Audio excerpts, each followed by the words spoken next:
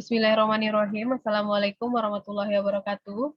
Selamat malam saya ucapkan kepada Ibu dan teman-teman semuanya. Kami dari kelompok 1 akan mempresentasikan hasil tugas kami untuk mata kuliah evaluasi pembelajaran biologi. Pada pertemuan kali ini kita akan membahas tentang pengukuran, penilaian, dan evaluasi. Sebelumnya, izinkan saya memperkenalkan anggota kelompok 1. Yang pertama saya sendiri, Hanjeli Sugandi sebagai moderator. Yang kedua ada Nisa Zahra sebagai penyaji. Yang ketiga ada Engla Islami Putri sebagai penyaji. Yang keempat ada Inayah Fadiah sebagai penyaji. Yang kelima ada Ipa Darmayanti sebagai penyaji. Yang keenam ada Mainisa Putri sebagai penyaji. Baiklah teman-teman dan ibu sekalian, langsung saja pada materi pertama yang akan disajikan oleh teman saya, yaitu Iva Darmayanti. Kepada Iva dipersilakan. Baiklah, saya akan membacakan materi yang pertama, yaitu pendahuluan pembelajaran offline dan online. Istilah pembelajaran daring dan luring muncul sebagai salah satu bentuk pola pembelajaran di era teknologi informasi seperti sekarang ini. Daring merupakan singkatan dari dalam jaringan, sebagai pengganti kata online yang sering kita gunakan dalam kaitannya dengan teknologi internet. Daring adalah terjemahan dari istilah online yang bermakna tersambung ke dalam jaringan internet. Pembelajaran daring artinya adalah pembelajaran yang dilakukan secara online, menggunakan aplikasi pembelajaran maupun jejaringan sosial. Pembelajaran daring merupakan pembelajaran yang dilakukan tanpa melakukan tatap muka, tetapi melalui platform yang telah tersedia.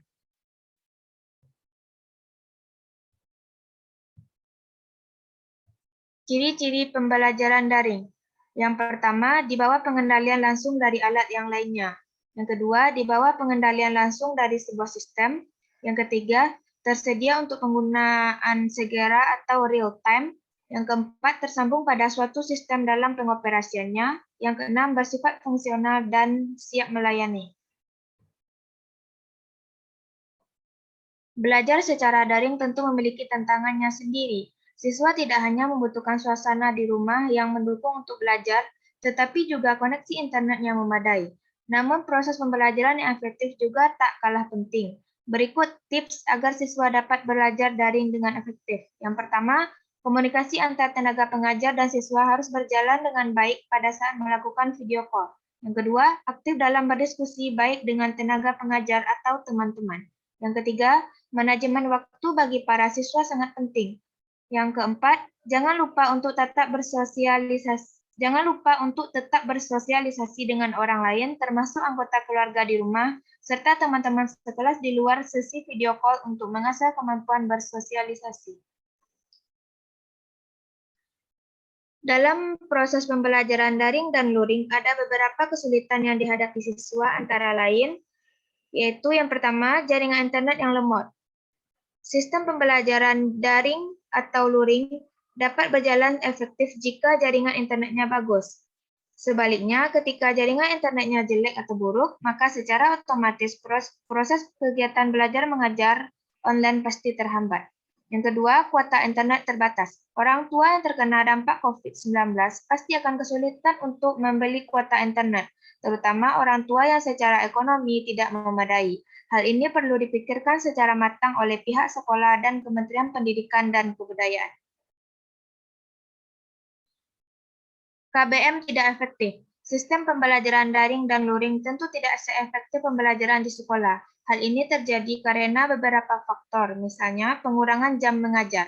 Guru-guru yang biasanya mengajar 4 jam di sekolah terpaksa hanya mengajar selama 1 jam. Dampak lanjutnya, peserta didik akan kesulitan memahami materi yang banyak dalam waktu yang relatif singkat, apalagi berhadapan dengan mata pelajaran program MIPA, yaitu matematika, fisika, dan kimia, dan biologi. Keempat, pembelajaran ini tentunya membutuhkan waktu yang cukup lama karena banyak penurunan rumus. Itu artinya waktu 1 jam sangat tidak cukup. Sekian, terima kasih. Saya kembalikan kepada moderator. Baiklah, terima kasih saya ucapkan kepada rekan saya, Iva Darmayanti. Selanjutnya, materi tentang konsep pengukuran dan syarat alat ukur yang baik akan disajikan oleh rekan saya, yaitu Mainisa Putri. Kepada Mainisa dipersilahkan. Baik moderator, saya akan melanjutkan materi yang kedua, yaitu Konsep pengukuran dan syarat alat ukur yang baik. Konsep pengukuran. Contohnya kita memilih durian yang terbaik lewat bau, tampak tangkai, maupun jenisnya. Hal ini juga diawali dengan proses pengukuran di mana kita membanding-bandingkan beberapa durian yang ada sekalipun tidak menggunakan alat ukur yang paten tapi berdasarkan pengalaman. Barulah kita melakukan penilaian mana durian yang terbaik berdasarkan ukuran yang kita tetapkan yang akan dibeli. Dari hal ini, kita dapat mengetahui bahwa dalam proses penilaian kita menggunakan 3 ukuran, yaitu ukuran baku, seperti meter, kilogram, takaran, dan sebagainya. Ukuran tidak baku, seperti depa, jengkal, langkah, dan sebagainya, dan ukuran perkiraan, yakni berdasarkan pengalaman. Dengan demikian, dapat disimpulkan bahwa pengukuran adalah kegiatan membandingkan sesuatu dengan ukuran tertentu dan bersifat kuantitatif. Syarat alat ukur yang baik. Alat ukur yang baik hendaklah memenuhi beberapa syarat-syarat, antara lain, 1. Valid. Suatu alat ukur dikatakan valid atau mempunyai validitas yang tinggi apabila alat ukur itu betul-betul mengukur apa yang ingin diukur. Yang kedua, reliable. Suatu tes yang sahih atau valid adalah reliable. Tetapi, suatu tes yang reliable belum tentu valid. Reliabilitas suatu tes menunjukkan kepada ketetapan konsistensi atau stabilitas hasil tes atau suatu ukuran yang dilakukan. Yang ketiga adalah objektif. Penskor hendaknya menilai atau menskor apa adanya, tanpa dipengaruhi oleh subjektif penskor atau faktor-faktor lainnya di luar yang tersedia. Yang keempat adalah praktis. Suatu alat ukur dikatakan praktis apabila biaya alat ukur itu murah. Di samping itu, alat tersebut mudah diadministrasikan, mudah diskor, dan mudah diinterpretasikan.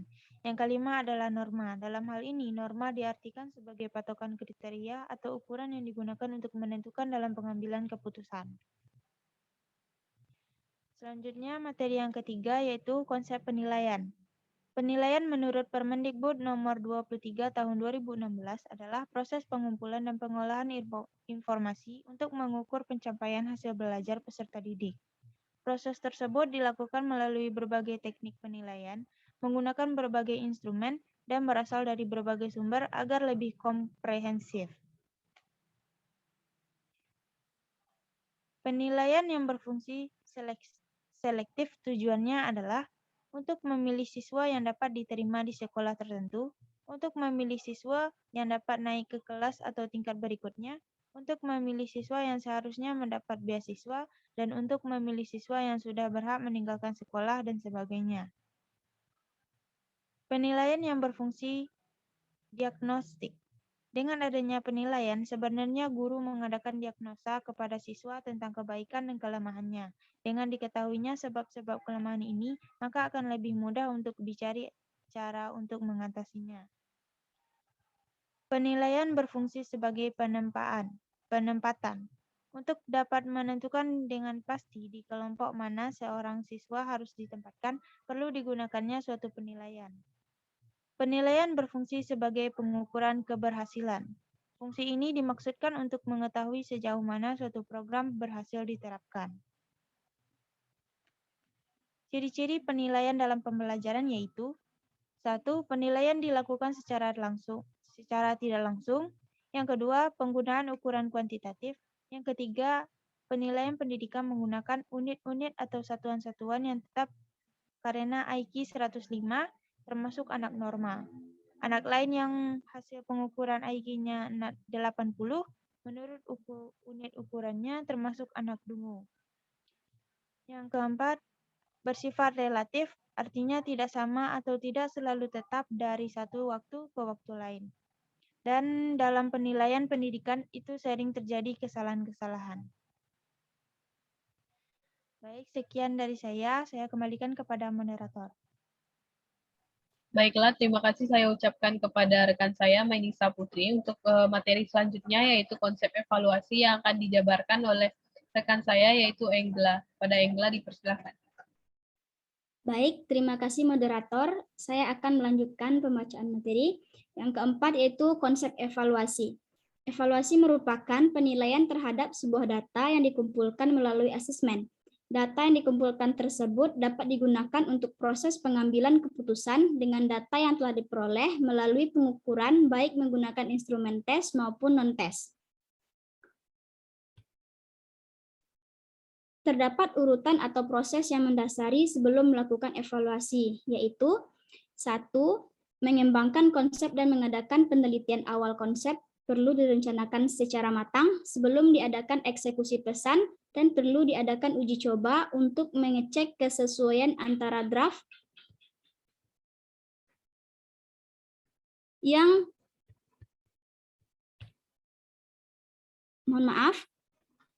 pengembangan konsep dan mengadakan penelitian awal konsep perlu direncanakan secara matang sebelum diadakan eksekusi pesan dan perlu diadakan uji coba untuk mengecek kesesuaian antara draft yang dibuat dengan eksekusi pesannya. Yang kedua, dengan uji coba yang dilakukan, pengevaluasi mencoba mencari tanggapan dari khalayak. Tanggapan dari khalayak ini penting untuk mengukur efektivitas pesan yang disampaikan.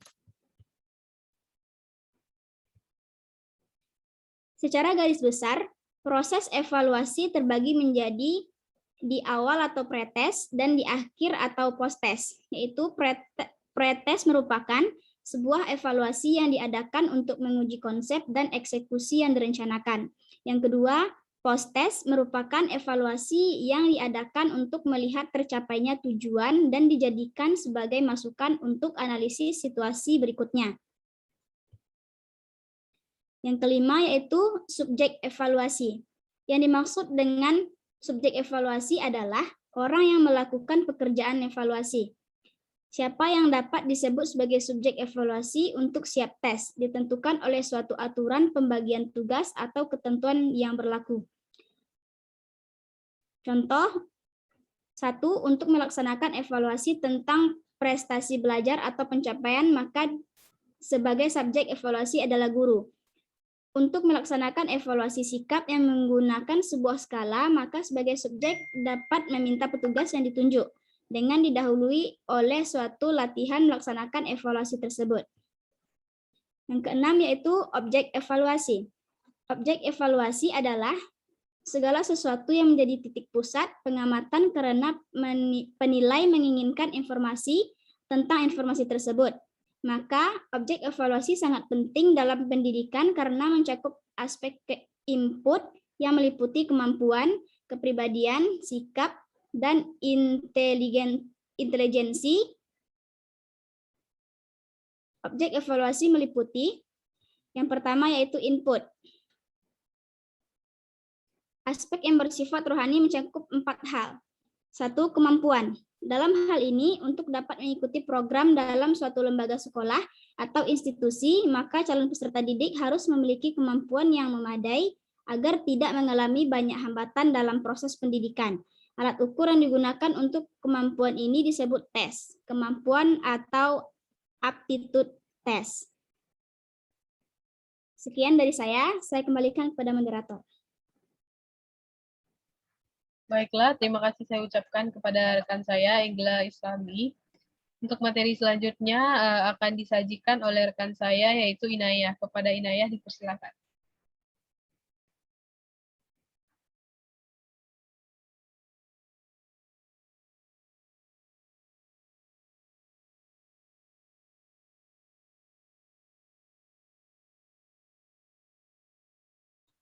Kepada Inayah dipersilakan.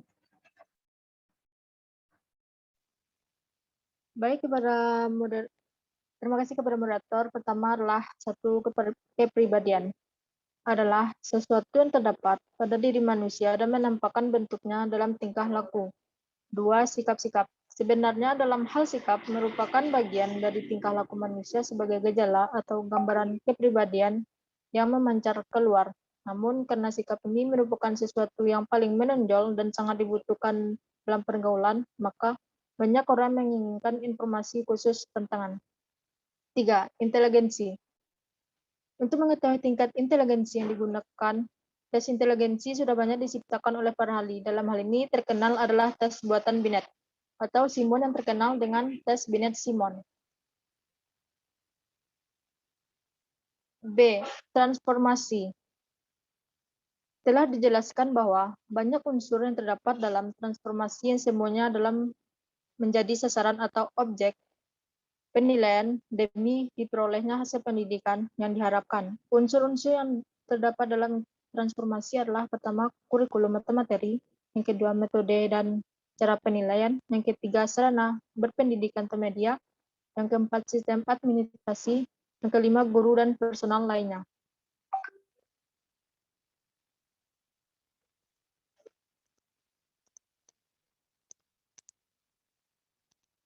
C. Output.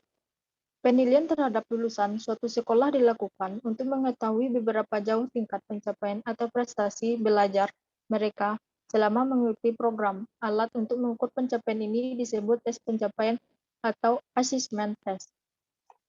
Dengan kata lain, sebagai sasaran pokok dalam evaluasi itu adalah pribadi anak didik sebagai keseluruhan. Karena itu, pendidik merupakan rangkaian proses yang kontinu dan menyangkut berbagai faktor yang saling mempengaruhi, maka tidak hanya hasil pada diri anak didik yang dievaluasi, tetapi juga memperhatikan pada proses pendidikan itu, sarana-sarana yang tersedia dan penggunaannya selama berlangsungnya proses pendidikan.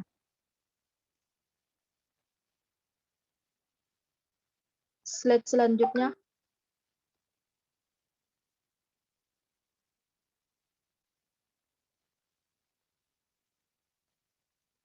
7. Fungsi evaluasi. Assessment of learning merupakan penilaian dilakukan setelah proses pembelajaran selesai. 2. Assessment for learning atau penilaian untuk pembelajaran. Assessment for learning dilakukan selama proses pembelajaran berlangsung dan biasanya digunakan sebagai dasar untuk melakukan perbaikan proses belajar dan mengajar. Yang ketiga, assessment as learning atau penilaian sebagai pembelajaran. Fungsinya yang mirip dengan assessment for learning, yaitu berfungsi sebagai formatif dan dilaksanakan selama proses pembelajaran berlangsung. Perbedaannya, assessment as learning melibatkan peserta didik secara dalam kegiatan penilaian tersebut. Selanjutnya, saya serahkan kepada moderator. Baik, terima kasih saya ucapkan kepada rekan saya, Inayah Fadia. Selanjutnya, materi selanjutnya akan dibacakan oleh rekan saya, yaitu Anissa Azahra. Kepada Anissa Azahra, dipersilakan. Baiklah, terima kasih moderator.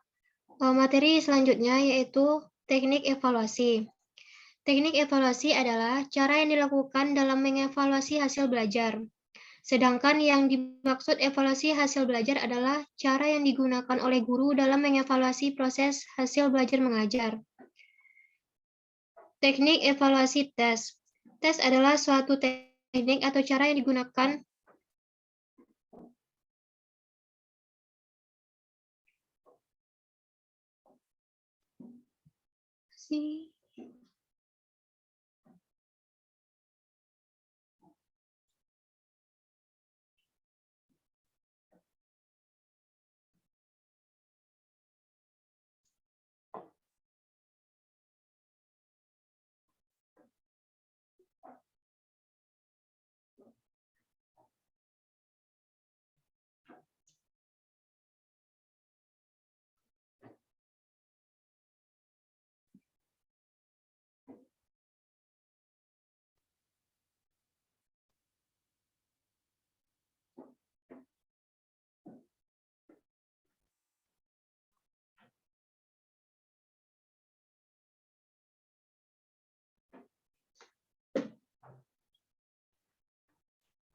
Baiklah, terima kasih saya ucapkan kepada rekan saya, Nisa Zahra. Dengan berakhirnya materi tadi, maka berakhir juga presentasi dari kami. Kita masuk ke dalam sesi selanjutnya, yaitu sesi pertanyaan. Untuk sesi pertanyaan akan dilanjutkan via e-learning. Untuk teman-teman yang ingin bertanya, silakan untuk mengajukan pertanyaan per kelompok, 1 pertanyaan di e-learning.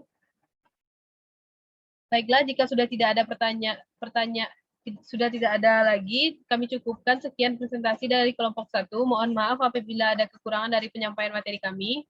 Terima kasih. Assalamualaikum warahmatullahi wabarakatuh.